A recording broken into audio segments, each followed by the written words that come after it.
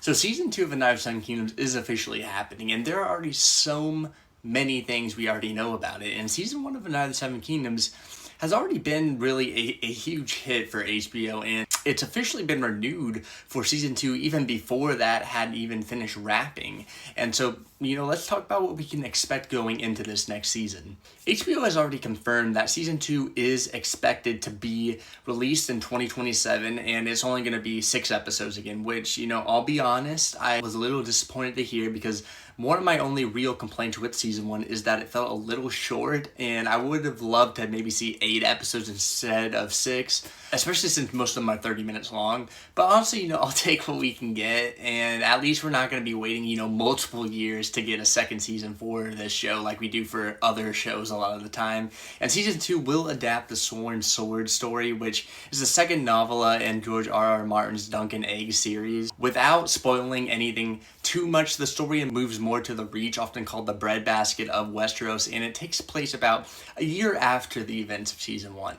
Dunk and Egg enter kind of like the service of an aging knight named Ser Eustace Osgrey, who's caught in like a bitter local feud with his neighbor, the wealthy and formidable Lady Rohanne Webber.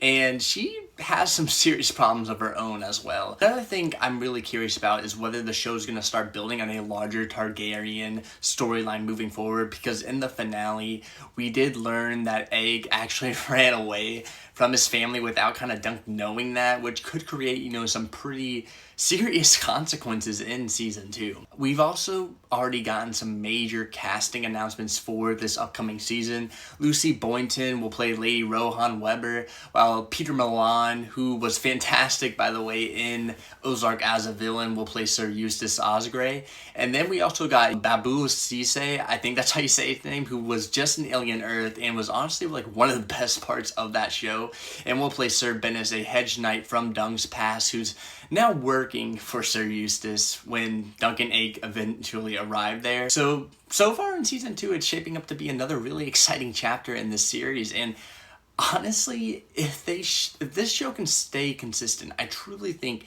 it has the potential to become just as beloved, if not maybe more beloved, than Game of Thrones ever was.